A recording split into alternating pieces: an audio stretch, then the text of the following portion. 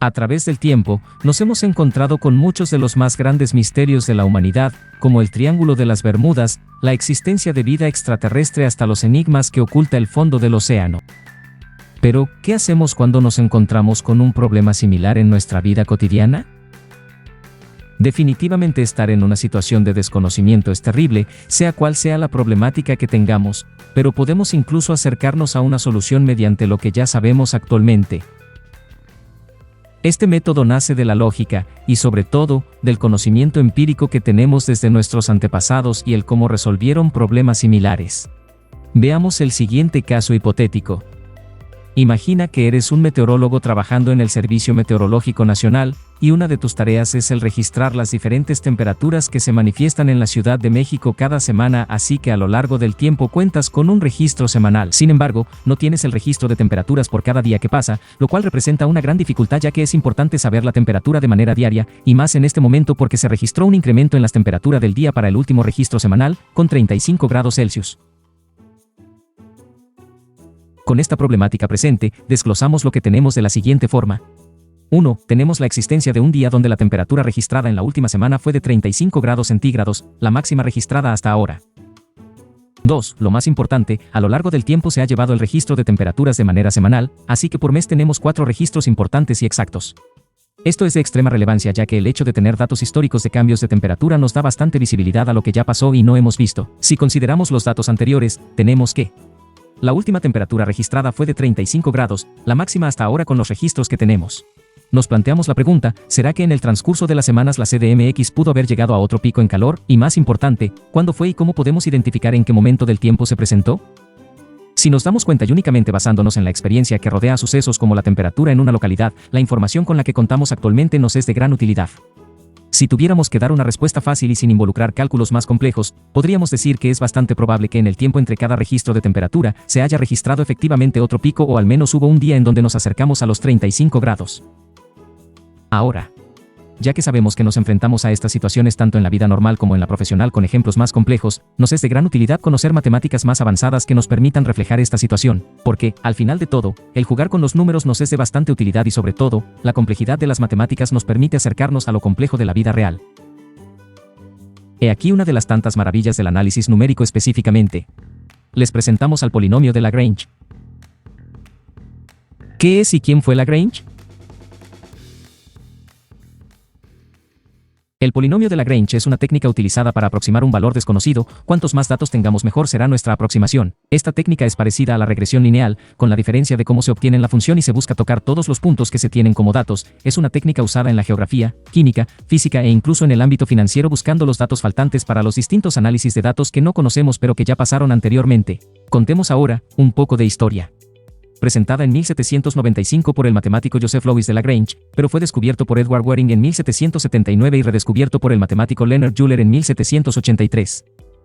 Lagrange era un matemático de la talla de Euler o de Alembert, con aportaciones en ramas como las ecuaciones diferenciales, donde tuvo un aporte al convertirla en una ciencia y no solo un conjunto de ingeniosos artificios para la solución de problemas. Lagrange fue un amante del estudio de los cuerpos celestes. La astronomía se volvió el primer paso para el joven de escasos 17 años, para alcanzar el gran peldaño del análisis matemático, un gran científico, con grandes aportaciones, incluso estableciendo el cálculo de variaciones como una rama de las matemáticas.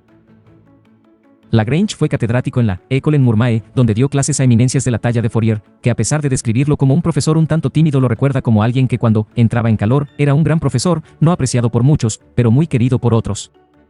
Esto nos habla de lo grande que fue Lagrange en aquellas épocas, de lo cual el polinomio de interpolación de Lagrange fue uno de sus tantos descubrimientos, que usado en diferentes ramas es de gran ayuda para análisis en el tiempo de sucesos pasados. Así como otros modelos para interpolar, el de Lagrange es increíblemente funcional y aplicable cuando se necesita información que no se tiene en la actualidad, y es que sucesos como estos se presentan todo el tiempo, porque tener un registro exacto de todas las precipitaciones, los terremotos, o incluso la variación poblacional puede ser algo complicado y claramente aproximable mediante métodos como el de Lagrange. A continuación explicaremos el método de interpolación de Lagrange. Spoilers. Vienen las matemáticas. Haremos uso de las bases polinómicas, que son el producto de x menos x sub j, dividido entre x sub y menos x sub j, tomando en cuenta la condición de que j comienza en 0, y además, y debe ser diferente de j, posteriormente. Sumamos el producto de estas bases multiplicadas por un y sub i, y es así como obtenemos la fórmula recursiva del polinomio. Ahora veremos un ejemplo. Deseamos encontrar un polinomio que interpole los puntos 0, 1, 2, 2 y 3, 4. Este ejercicio constará de tres bases polinómicas, usando x sub 0 igual a 0, x sub 1 igual a 2 y x sub 2 igual a 3. Ahora, y sub 0 es igual a 1, y sub 1 es igual a 2 y y sub 3 es igual a 4. Usando la fórmula recursiva del polinomio tenemos que el primer término del polinomio es 1 por x menos 2 por x menos 3, dividido entre 0 menos 2 por 0 menos 3. El segundo término es 2 por x menos 0 por x menos 3, entre 2 menos 0 por 2 menos 3, y el último término es 4 por x menos 0 por x menos 2, dividido entre 3 menos 0 por 3 menos 2. Resolviendo las operaciones tenemos que, el primer término es un sexto por x cuadrada menos 5x más 6, el segundo término es, menos x cuadrada más 3x y el último término sería, 3 cuartos por x cuadrada menos 2x. Una vez más resolvemos las operaciones y nos queda que el polinomio es, x cuadrada sobre 6 menos 5 sextos de x más 1, menos x cuadrada más 3x, más 4 tercios de x cuadrada menos 8 tercios de x, y factorizando a la mínima expresión, el resultado es, 1 medio de x cuadrada menos 1 medio de x más 1. Y lo mejor de todo es que este mismo ejemplo puede ser programable y obtener, de manera gráfica, resultados increíbles. Esto lo haremos a continuación, y para ello, haremos uso de Python. Usando la herramienta de Python para hacer la interpolación de Lagrange, tendremos que usar las librerías NumPy, SymPy y Matplotlib, las cuales, en este caso, denominaremos como NP, SYM, PLT. ¿Ok? Una vez teniendo esto, definiremos nuestra XY y FI con la librería NP y Array para agregar ciertos puntos. En este caso, vamos a interpolar los tres puntos siguientes, ¿no? 0,1, 2,2, 3,4. Tenemos que definir a n como, en este caso, la función len, que sirve para devolver un valor entero que indica la cantidad de caracteres que tiene, en este caso, estamos definiendo como xy. Y para esto, a x la tenemos que denominar como un símbolo. Por eso se ocupa esta función. Ahí la tenemos igual a 0. Y en este caso lo que queremos sacar es el numerador. Para ello, tenemos que hacer un ciclo for con j en un rango de 0,n,1. Y donde i sería el factorial, que sería igual a j. Y el numerador sería igual al numerador por x menos xy por j. Y hasta aquí podríamos obtener el numerador. En este caso, para empezar a ir corriendo que cada parte del programa, tenemos que empezar de nuevo.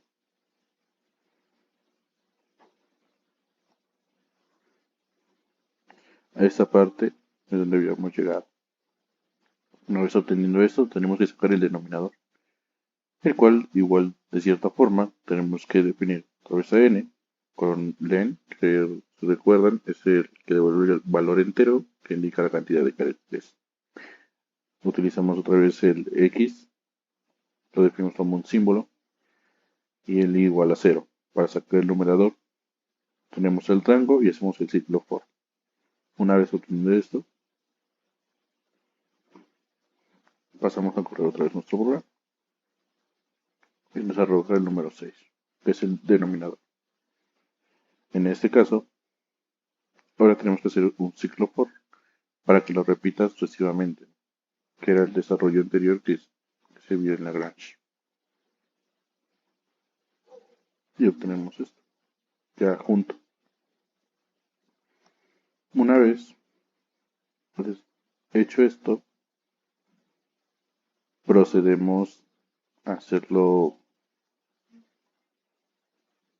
a obtener la base polinómica de Lagrange, en el cual tendremos que hacer otro ciclo for, utilizando ya los ciclos anteriores for que habíamos desarrollado, que era la de base de Lagrange y el polinomio, ¿no? Y al final le ponemos un print para que nos muestre cómo iría el polinomio, lo cual nos quedaría de esta forma. Y una vez teniendo esto, tendríamos que juntar todo y obtendríamos esto. Ahí, y para ir haciendo las sumas, tendremos lo siguiente. Igual de cierta manera,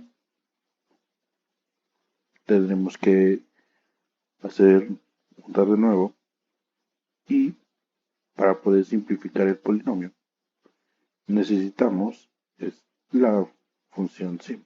Y en este caso, sim, recuerden que era la función simtip de import, lo cual utilizaremos a expand para que nos expanda el polinomio y nos da de resultado esta parte. Aquí en Python cabe recalcar que cuando tienes dos asteriscos es que está elevado, en este caso se leería así, x cuadrada entre 2 menos x entre 2 más 1. Una vez obteniendo esto, tendremos que proceder a sacar el polinomio expresado y el polinomio de Lagrange. En este caso, utilizaremos este ciclo for.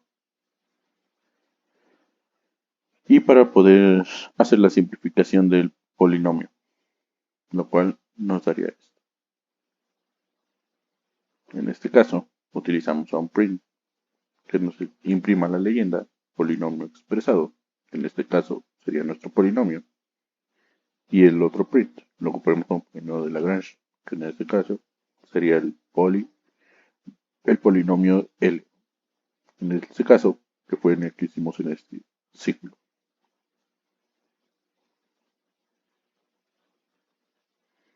Una vez ya obtenidos los polinomios, tenemos que pasar a graficar.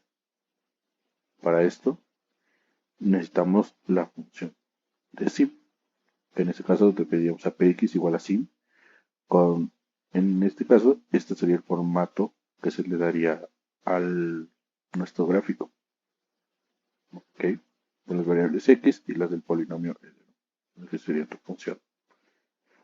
Vas a pedir un número cualquiera de muestras, en este caso un ejemplo para tener un mejor resultado, podemos poner un número aproximado como 50, y en el cual tu punto A y B, en el cual A estaría definido como el mínimo de x y B como el máximo. En este caso, tu pxi sería tu función en el cual estás diciendo que sea la línea dependiendo de tu intervalo AB y tus muestras obtenidas, los resultados de tus muestras obtenidas. Después, tendrías que definir una PI como tu PX por PXI. Después, tienes que correr el programa. Cuando corres esta parte, lo único que falta es graficar. Para hacer esto, utilicemos el PLT, que en este caso es donde ocupamos la librería Matplotlib. Una vez obteniendo, definimos nuestros parámetros, nuestra XI, FI, y en este caso, tenemos nuestros niveles, que es donde serían los puntos, y luego sería el polinomio, el cual sería nuestro eje de X y nuestro eje de Y.